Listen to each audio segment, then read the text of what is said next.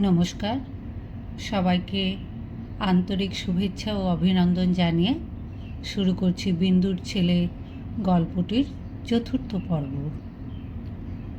ঠাকুরজি দেখিতে বোকার মতন ছিলেন, কিন্তু সেটা ভুল। তিনি যেই দেখিলেন নিঃসন্তান ছোট বউর অনেক টাকা, তিনি তক্ষুনি সেই দিকে ঢলিলেন এবং প্রতি রাত্রে স্বামী প্রিয়নাথকে একবার করিয়া ভৎসনা করিয়া বলিলেন, তোমার জন্যই আমার সব গেল। তোমার কাছে মিছিমিছি পড়ে না থেকে এখানে থাকলে আজ আমি রাজার মা। আমার এমন সোনার চাঁদ ফেলে কি আর ওই কালো ভূতের মতো ছেলেটাকে ছোট বউ বলিয়া একটা সুদীর্ঘ নিঃশ্বাসের দ্বারা ওই কালো ভূতের সমস্ত পরমায়ুটা নিঃশেষে উড়াইয়া দিয়া গরিবের ভগবান আছেন বলিয়া উপসংহার করিয়া চুপ করিয়া শুইতেন। প্রিয়নাথও মনে মনে নিজের বোকামির জন্য অনুতাপ করিতে করিতে ঘুমাইয়া পড়িতেন। এমনি করিয়া এই দম্পতিটির দিন কাটিতেছিল এবং ছোট বউর প্রতি ঠাকুরজির স্নেহ প্রীতি বন্যার মতো ফাঁপিয়া ফুলিয়া উঠিতেছিল। আজ দুপুরবেলা তিনি বলিতেছিলেন, অমন মেঘের মতো চুল ছোট বউ, কিন্তু কোনোদিন বাঁধতে দেখলুম না। আজ জমিদারের বাড়ির মেয়েরা বেড়াতে আসবে, এসো মাথাটা বেঁধে দিই। বিন্দু বলিল, না ঠাকুরজি, আমি মাথায় কাপড় রাখতে পারি না, ছেলে বড় হয়েছে, দেখতে পাবে। ঠাকুরজি অবাক হয়ে বলিলেন, ও আবার কি কথা ছোট বউ? ছেলে বড় বলে এও স্ত্রী মানুষ চুল বাঁধবে না? আমার নরেন্দ্রনাথ তো 70-এর মুখে ছাই দিয়ে আরও 6 বছরকের বড়, তাই বলে কি আমি মাথা বাঁধা ছেড়ে দেব? বিন্দু বলিল, তুমি ছাড়বে কেন ঠাকুরজি? নরেন বরাবর দেখে আসছে, ওর কথা আলাদা, কিন্তু অমূল্য হঠাৎ আজ আমার মাথায় খোঁপা দেখলে হাঁ করে চেয়ে থাকবে, হয়তো চেঁচামেচি করবে, না কি করবে। ছি ছি, সে ভারী লজ্জার কথা হবে। অন্নপূর্ণা হঠাৎ সেই দিকে দিয়া যাইতেছিলেন। বিন্দু দিকে চাহিয়া সহসা দাঁড়াইয়া পড়িয়া বলিলেন, তোর চোখ ছলছল করছে কেন রে ছোট বউ? আয় তো, গা দেখি। বিন্দু এলোকেশের সামনে ভারী লজ্জা পাইয়া বলিল, কি রোজ রোজ গা দেখবে? আমি কি কচি খুকি? অসুখ করলে টের পাবো না? অন্নপূর্ণা বলিলেন, না, তুই বুড়ি, কাছে আয়, ভাদ্র আশ্বিন মাস, দিনকাল বড় খারাপ।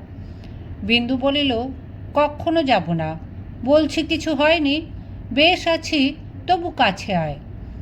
অন্নপূর্ণা বলিলেন, দেখিস ভাঁড়াস নে যেন, বলিয়া সন্দিগ্ধ দৃষ্টিতে চাহিতে চাহিতে চলিয়া গেলেন।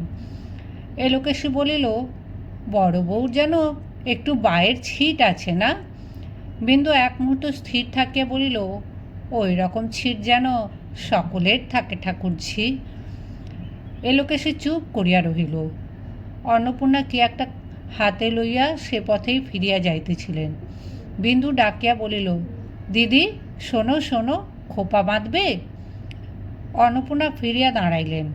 ক্ষণকাল নিঃশব্দে চাহিয়া সমস্ত ব্যাপারটা বুঝিয়া লইয়া এলোকেশীকে বলিলেন, আমি কত বলেছি ঠাকুরজি, ওকে বলা মিছে। অত চুল, তা বাঁধবে না। অত কাপড় গয়না, তা পরবে না। অত রূপ, তা একবার চেয়ে দেখবে না। ওসব ছিষ্টি ছাড়া মতি বুদ্ধি। ছেলেও হচ্ছে তেমনি। সেদিন অমূল্য আমাকে কি বললে জানিস ছোট বউ? বলে, কাপড় জামা পরে কি হয়, ছোট মারও অত আছে, পরে কি?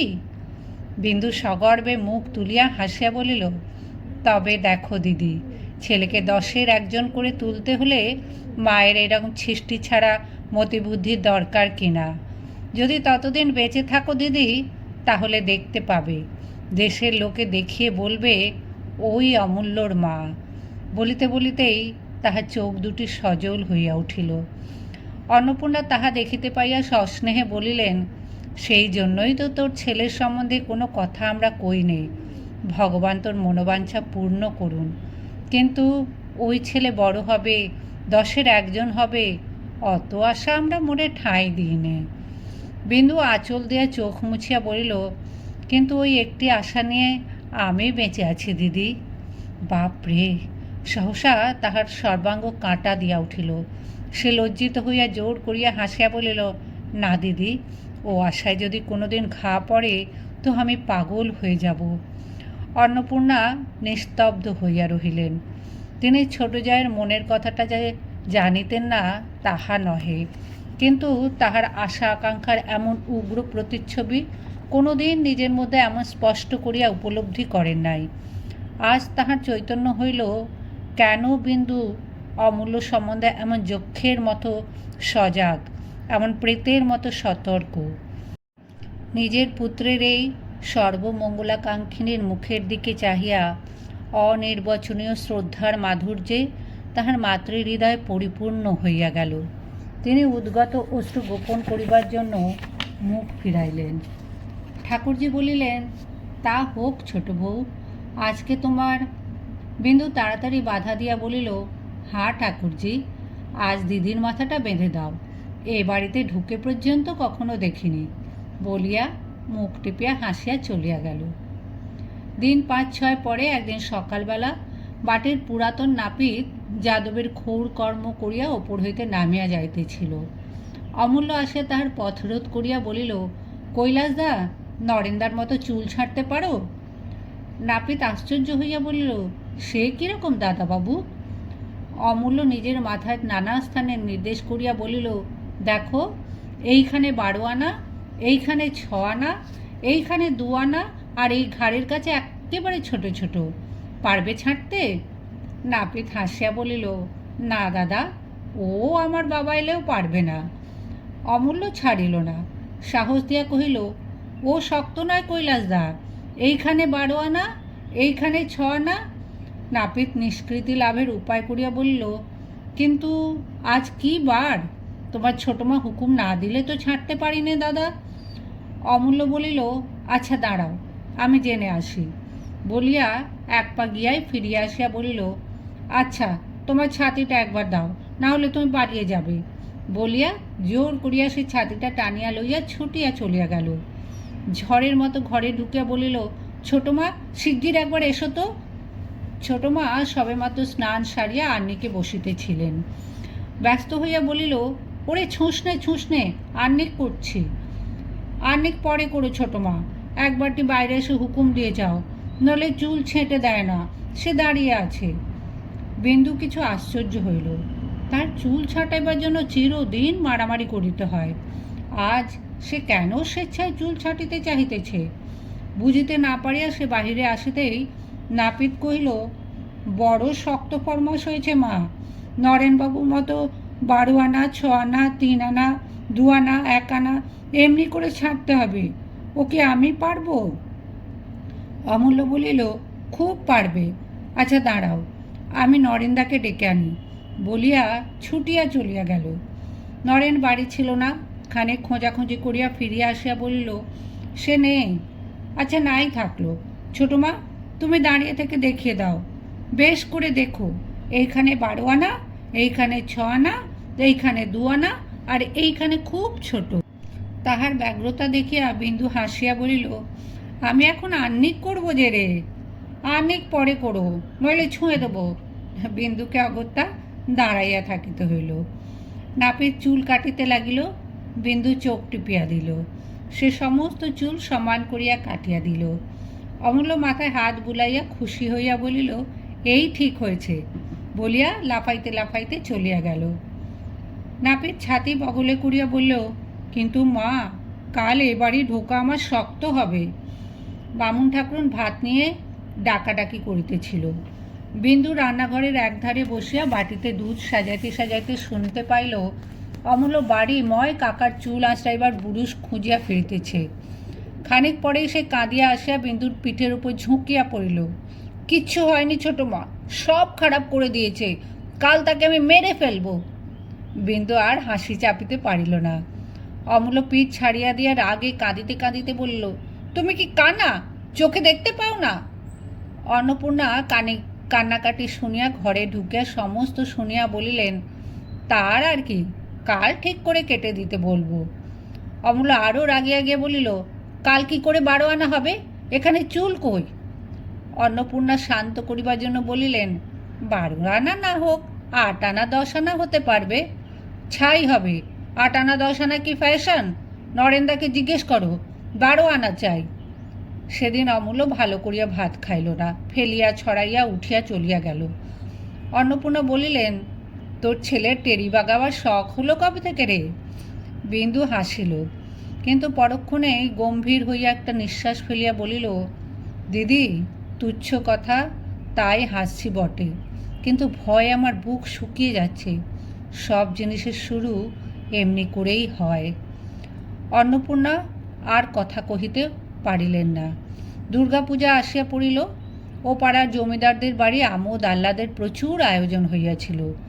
2 দিন পূর্ব হইতেই নরেন তাহার মধ্যে মগ্ন হইয়া গেল। সপ্তমীর রাত্রে অমূল্য আসিয়া ধরিল, ছোট মা, যাত্রা হচ্ছে, দেখতে যাব? ছোট মা বলিলেন, হচ্ছে না হবে রে? অমূল্য বলিল, নরেন্দা বলেছে 3টে থেকে শুরু হবে। এখন থেকে সমস্ত রাতের হিমে পড়ে থাকবি? সে হবে না, কাল সকালে তোর কাকার সঙ্গে যাস, খুব ভালো জায়গা পাবি। অমূল্য কাঁদো কাঁদো হইয়া বলিল, না, পাঠিয়ে দাও, কাকা হয়তো যাবেন না, নয়তো কত বেলায় যাবেন। বিন্দু বলিল, 3টে-4টের সময় যাত্রা শুরু হলে চাকর দিয়ে পাঠিয়ে দেব, এখন শো। অমূল্য রাগ করিয়া শয্যার এক প্রান্তে গিয়া দেওয়ালের দিকে মুখ ফিরাইয়া শুইয়া রইল। বিন্দু টানিতে গেল, সে হাত সরাইয়া দিয়া শক্ত হইয়া পড়িয়া রহিল। তারপর কিছুক্ষণের নিমিত্ত সকলেই বোধ করি একটু ঘুমাইয়া পড়িয়াছিল। বাহিরের বড় ঘড়ির শব্দে অমূল্যের উদ্বিগ্ন নিদ্রা ভাঙিয়া গেল।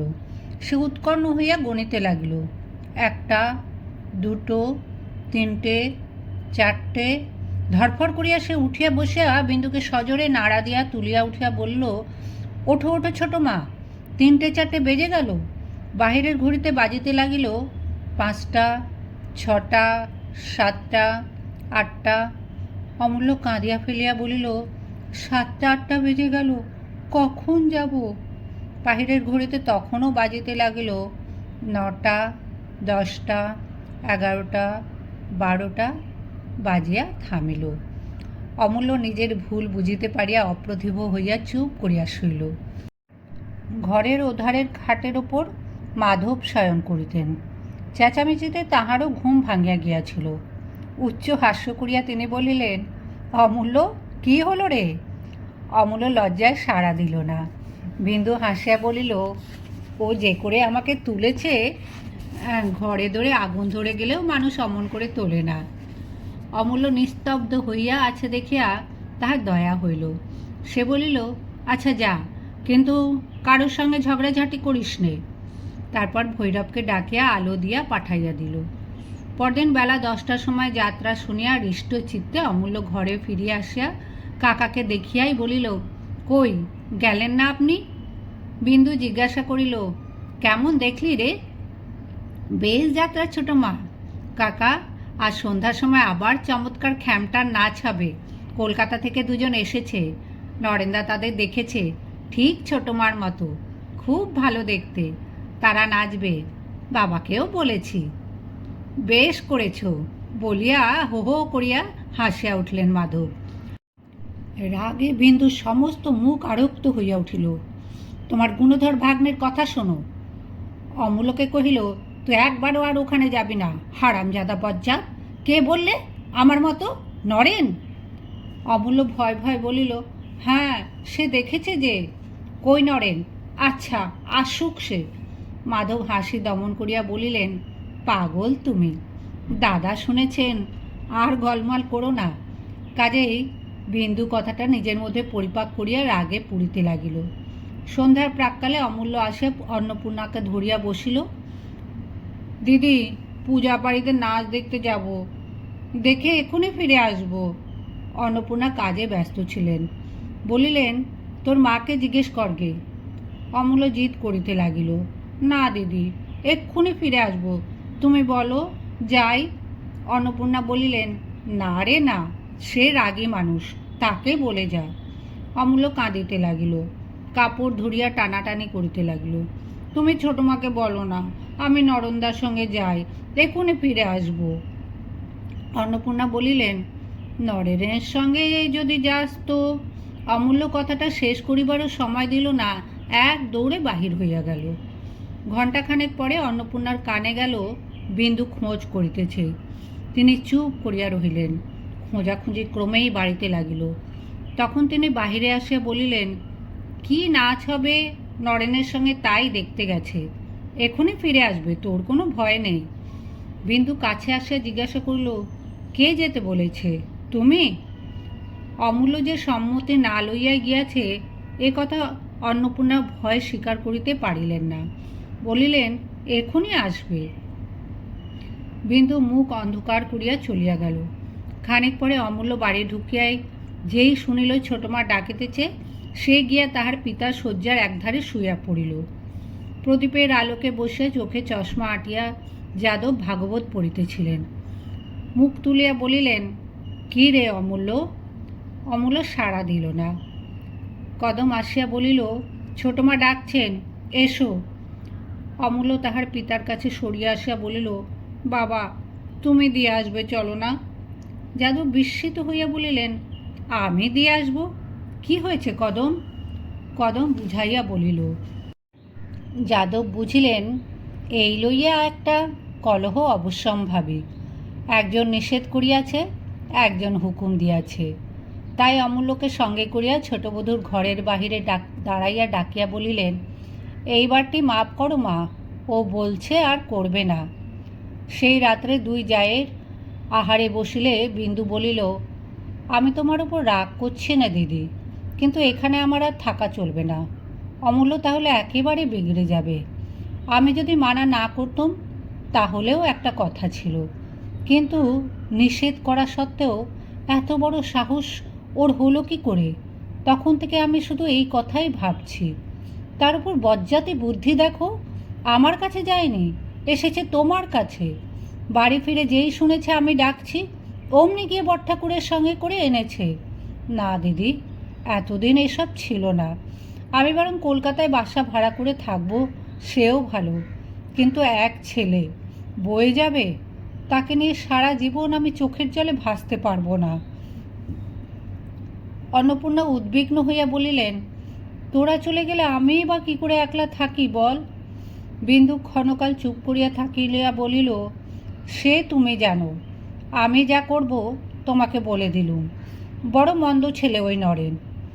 কেন, কি করলে নরেন? আর মনে কর, ওরা যদি দুটি ভাই হতো তাহলে কি করতিস? বিন্দু বলিল, আজ তাহলে চাকর দিয়ে হাত পা বেঁধে জল বিছুটি দিয়ে বাড়ি থেকে দূর করে দিতুম। তাছাড়া যদি নিয়ে কাজ হয় না দিদি, ওদের তুমি ছাড়ো। অন্নপূর্ণা মনে মনে বিরক্ত হইলেন।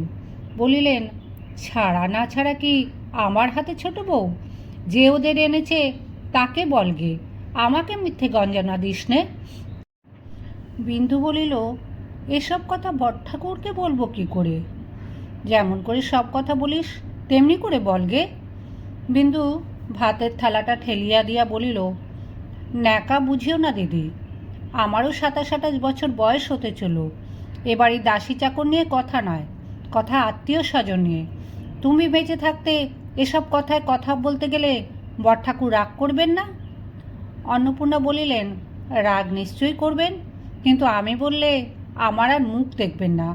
হাজার হই আমরা পর, ওরা ভাই বোন, সেটা দেখিস না কেন? তাছাড়া আমি বুড়ো মাগি, এই তুচ্ছ কথা নিয়ে নেচে বেড়ালে লোকে পাগল বলবে না? বিন্দু ভাতের থালা হাত দিয়া আরও খানিকটা ঠেলিয়া দিয়ে গুম হইয়া বসে রহিল। অন্নপূর্ণা বুঝিলেন সে কেবল ভাসুরের ভয় চুপ করিয়া গেল। বলিলেন, হাত তুলে বসে রইলি? ভাতের থালাটা কি অপরাধ করলে? বিন্দু হঠাৎ নিঃশ্বাস ফেলিয়া বলিল, আমার খাওয়া হয়ে গেছে। অন্নপূর্ণা তাহার ভাব দেখিয়া আর জিদ করিতে সাহস করিলেন না। শুইতে গিয়া বিন্দু বিছানায় অমূল্যকে দেখিতে না পাইয়া ফিরিয়া আসা বলিল, সে গেল কোথায়? অন্নপূর্ণা বলিলেন, আজ দেখছি আমার বিছানায় শুয়ে ঘুমোচ্ছে, যাই তুলে দিই গে। না না থাক বলিয়া বিন্দু মুখ অন্ধকার করিয়া চলিয়া গেল। অর্ধেক রাত্রে বিন্দুর সতর্ক নিদ্রা অন্নপূর্ণার ডাকে ভাঙিয়া গেল। কি দিদি? অন্নপূর্ণা বাহির হইতে বলিলেন, দৌড় খুলে দে, তোর ছেলে নে, এত বজ্জাতি আমার বাবা এলেও সইতে পারবে না। বিন্দু দৌড় খুলিয়া দিতেই তিনি অমূল্যকে সঙ্গে করিয়া ঘরে ঢুকিয়াই বলিলেন, ঢের হারামজাদা ছেলে দেখেছি ছোট বউ, এমনটি দেখিনি। রাতে 2টো বাজে, একবার চোখে পাতায় করতে দিলে না। এই বলে খিদে পেয়েছে, এই বলে মশা কামড়াচ্ছে, এই বলে জল খাবো, এই বলে বাতাস করো। না ছোট বউ, আমি সমস্ত দিন খাটাখুটি, রাত্রিতে একটু ঘুমোতে না পেলে তো বাঁচি নে। বিন্দু হাসিয়া হাত বাড়াইতেই অমূল্য তাহার ক্রোড়ের ভেতর গিয়া ঢুকিল এবং বুকের ওপর মুখ রাখিয়া 1 মিনিটের মধ্যে ঘুমাইয়া পড়িল। মাধব ওদিকে বিছানা হইতে পরিহাস করিয়া কহিলেন, শখ মিটিল বৌঠান? অন্নপূর্ণা বলিলেন, আমি শখ করিনি ভাই, উনি নিজে মারের ভয় ওখানে গিয়ে ঢুকেছিলেন, তবে আমারও শিক্ষা হলো বটে। আর কি ঘেন্নার কথা ঠাকুরপো, আমাকে বলে কি না তোমার কাছে শুতে লজ্জা করে। 3জনেই হাসিয়া উঠিল। অন্নপূর্ণা বলিলেন, আর না, যাই একটু ঘুমোয় গে বলিয়া চলিয়া গেলেন।